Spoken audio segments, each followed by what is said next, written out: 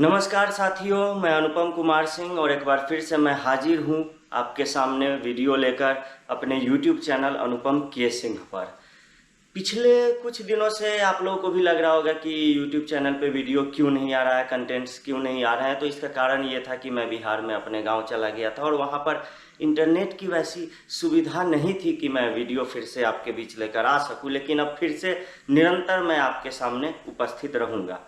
कई ऐसे नए लोग हैं जो वीडियो को देख रहे होंगे, जो जुड़े हैं सोशल मीडिया पे। उन सबसे मैं यही कहना चाहूँगा कि YouTube चैनल पर जाकर और चैनल को सब्सक्राइब कीजिए और वो बेल आइकन वाला जो बटन होता है उसे भी दबाइए और नोटिफिकेशन ऑन कर लीजिए, क्योंकि अगर आप सब्सक्राइब नहीं करेंगे तो फिर वीडियो आप तक नहीं पहुंच पाएगा। इसीलिए और जैसे ही मैं गांव से लौटा हूँ, एक बहुत ही बुरी दुखद खबर आ गई है। तो आज उस खबर पर हम अपना शोक संदेश प्रकट करेंगे। तो आइए देखते हैं क्या है पिटारे में। ये आधुनिक काल में उत्तर प्रदेश का स्वर्ण युग चल रहा है। जो राज्य कभी माफियाओं के आतंक के लिए कुख्यात था, आज वहां से मिट्टी में मिलने की खबरें आती है। जी हाँ, मिट्टी में मिलने की। जो हाल अतीक अहमद का हुआ था, उसी हस्र को मुख्तार अंसारी भी प्राप्त हुआ है। आपको भले ही ये सब कुछ साधारण और आसानी से होता हुआ लग रहा हो, लेकिन इसकी गंभीरता का भान कराना आवश्यक है। ये वही मुख्तार अंसारी है जिसने 400 राउंड गोलीबारी करवा के भाजपा के विधायक कृष्णानंद राय को मरवा दिया था। पता है इसके बाद उसने क्या कहा था?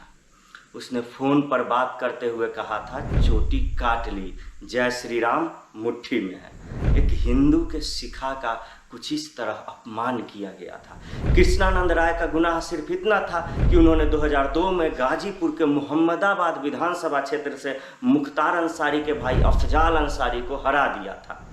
नवंबर 2005 में उनकी हत्या कर दी जाती है। सिर्फ उनकी हत्या नहीं की गई थी। आपको लगता होगा अकेले कृष्णानंद राय की हत्या की गई थी, तो ऐसा नहीं है।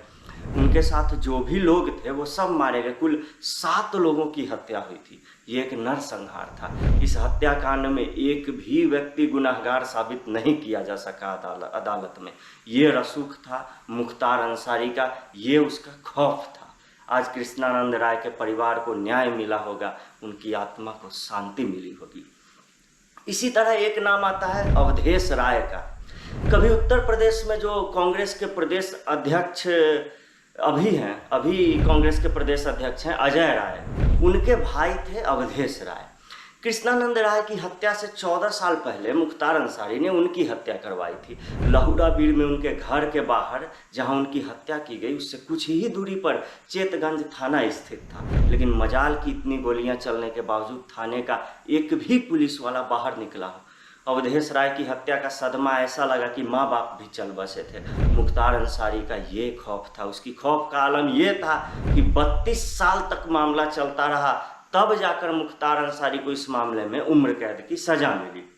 मुगल सराय की कोयला मंडी हो या फिर वाराणसी का बाजार, व्यापारियों को मुख्तार अंसारी को हफ्ता पहुंचाना ही पड़ता था। इसी तरह एक नाम आता है कोयला कारोबारी नंद किशोर रुंगटा का, जिनकी तो आज तक लाश भी नहीं मिली। वो विश्व हिंदू परिषद के कोषाध्यक्ष भी थे। उनका अपहरण करके परिवार से 5 करोड़ रुपए की फिरौती भी वसूल ली गई और फिरौती लेने के बावजूद उन्हें मार डाला गया। विडंबना ये कि मुख्तार अंसारी इस मामले में भी बरी हो गया। 2.5 दशक से भी अधिक समय तक केस चलता रहा, लेकिन कोई उसका कुछ नहीं उखाड़ पाया। एक नाम ठेकेदार अभय प्रकाश उर्फ मन्ना सिंह का आता है। उनकी तो हत्या हुई ही, हत्या का जो गवाह था उसे भी मार डाला। मुख्तार अंसारी मऊ से 5 बार विधायक बना। उसने 3 बार बसपा से लड़कर जीत दर्ज की, 2 बार निर्दलीय जीता। एक बार उसने अपने भाई की पार्टी कौमी एकता दल से पर्चा भरा और जीता। यानी उसके खौफ और मऊ के मुस्लिमों के साथ के कारण वो यहाँ से विधायक बनता रहा।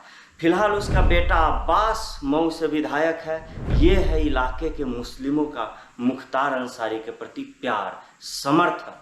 उसका भाई अफजाल अंसारी गाजीपुर से दूसरी बार सांसद है। उसे सजा होने के बाद उसकी संसद सदस्यता रद्द कर दी गई थी, लेकिन सुप्रीम कोर्ट की रहमत के कारण उसकी संसद सदस्यता फिर से बहाल हो गई। अफजाल अंसारी ने एक बार सपा से लोकसभा का चुनाव जीता, दूसरी बार बसपा से, यानी दोनों ही दल से वो अदला बदली करके जीतता रहा।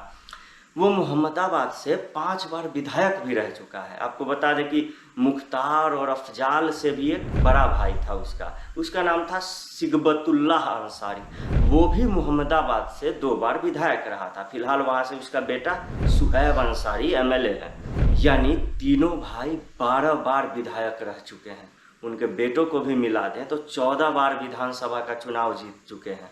अफजाल अंसारी की 2 लोकसभा वाली जीत को भी अगर मिला दें तो तीनों भाई और उनके बेटों ने मिलकर 16 चुनाव जीते हैं विधानसभा लोकसभा के। सोचिए, जिस परिवार ने 16 बार चुनाव जीता, जिन लोगों के साथ उसकी पूरी की पूरी कौम बिना शर्त हमेशा खड़ी रही, जो लोग 1985 से 2022 तक एक लंबा वक्त होता है, 40 साल 37 साल का, उन्हें हाथ लगाना कितना कठिन था ऐसे लोगों को।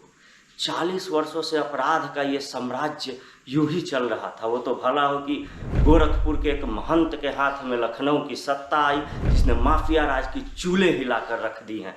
कृष्णानंद राय, अवधेश राय, नंद किशोर रुंगटा या अभय सिंह, वो तो सिर्फ ये बड़े नाम हैं जिन्हें अंसारियों ने मौत की नींद सुला दिया। असल में ये फहरिस्त बहुत लंबी है। अब्बास अंसारी और सुहैब अंसारी के रूप में इन्होंने अपनी अगली पौध की राजनीतिक जमीन भी तैयार कर दी है। अब्बास ने तो यूपी विधानसभा चुनाव के वक्त अधिकारियों को खुलेआम धमकाया भी था कि सरकार बनने के बाद आप लोगों का हिसाब किया जाएगा। इतनी गर्मी है इनके खून में। इस फहरिस्त में एक और नाम आता है सच्चिदानंद राय का। एक नौजवान थे, माना जाता है कि 1986 में मुख्तार अंसारी ने पहली बार किसी हत्याकांड को अंजाम दिया था। इसके शिकार सच्चिदानंद राय ही बने थे। मनोज सिन्हा के सांसद बनने और कृष्णानंद राय के एमएलए बनने के बाद तो जैसे मुख्तार अंसारी बौखला सा गया था। भाई की हार की ऐसी बौखलाहट थी कि उसने खून की नदियां बहा डाली। फरवरी 2005 में अक्षय राय उर्फ टुनटुन पहलवान को मार डाला गया। अप्रैल 2004 में कृष्णानंद राय के करीबी झिनकू को मार डाला गया। मोहम्मदाबाद रेलवे फाटक के नज़दीक बीजेपी कार्यकर्ता शोभनाथ राय की सरेआम हत्या कर दी गई। अप्रैल 2004 में ही दिलदार नगर में राम अवतार की हत्या हुई। कृष्णानंद राय की हत्या के समय मुख्तार अंसारी जेल में था। यानी सब कुछ उसके ऊपर था। जब मन वो बाहर आ जाए, जब मन हो जमानत रद्द करा के जेल चला जाए। यूपी और असम के डीजीपी रहे प्रकाश सिंह ने भी एक बार कहा था कि कैसे मुख्तार अंसारी तय करता था गाजीपुर के किस थाने का इंचार्ज कौन होगा, पूर्वांचल के किस जिले में किस परियोजना का ठेका किसे मिलेगा, ये सब वही तय करता था। पुलिस उसका सुरक्षा गार्ड बनकर उसके साथ चलती थी। यही औकात थी उस समय पुलिस प्रशासन की। उसके काफिले में थे उसके नौकर थे। हमें योगी आदित्यनाथ को धन्यवाद करना चाहिए कि उनके राज में हमें एक एक करके ऐसे दुर्दांत माफियाओं से मुक्ति मिल रही है, जिनका आदेश मानने के लिए कभी डीएम एसपी तक बाध्य थे। मुख्तार अंसारी फिरौती वसूल कर भी मार डालता था कभी लोगों को। ऐसे लोग पे हाथ डालना कितना कठिन था। अतीक अहमद पांव पर गिरवाने और माफ़ कर देने की बात कहकर भी कारोबारी को मार डालता था। मुख्तार अंसारी फिरौती लेकर भी मार डालता था। पूरे पूर्वांचल में लोगों की जान इनकी ही मुट्ठी में थी। जब मन तब किसी को मौत की नींद सुला दे, इनकी मर्जी। आज ये न सिर्फ जेल के बाहर थर्राते हैं, बल्कि जेल के भीतर भी इनकी धड़कनें तेज रहती हैं। इनके भीतर कानून का खौफ स्थापित हुआ है। वो यूं ही नहीं हुआ है। इसके लिए एक भगवाधारी महंत ने व्यवस्था को सर से पांव तक बदला है। मुख्तार अंसारी की मौत के बाद बचे खुचे अपराधियों और माफियाओं के दिल की धड़कनें भी ऐसे बढ़ेंगी कि अपराध का कम होना तय है। अभी तो कईयों का नंबर आना बाकी है।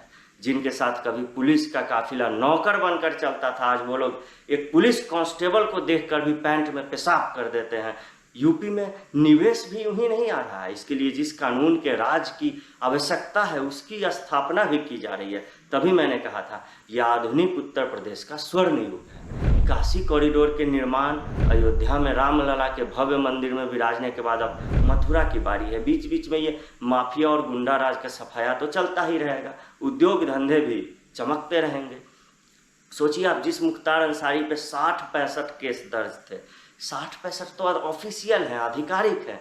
इससे कहीं ज़्यादा उस पर मामले होंगे। उसने जो हत्याओं को अंजाम दिया होगा, अपहरण, लूट, फिरौती, रंगदारी वगैरह, ये सब ये 100-150 से ऊपर होंगे आराम से। उससे कहीं बहुत ज़्यादा, कई मामले तो पुलिस तक पहुंच ही नहीं पाए होंगे।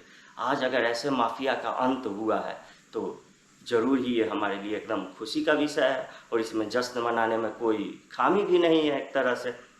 तो चलिए अब अगले वीडियो में मैं फिर से हाजिर होऊंगा एक नए कंटेंट के साथ और बिल्कुल जल्द ही मिलेंगे, इसीलिए आप बने रहिए, सब्सक्राइब कीजिए, नोटिफिकेशन ऑन कर लीजिए बेल आइकन वाला दबाकर और शेयर भी कीजिए वीडियो को। अगर आपको अच्छा लगता है तो आगे बढ़ाइए और लोगों में शेयर कीजिए। नमस्कार, मैं अनुपम के सिंह आपसे विदा लेता हूँ।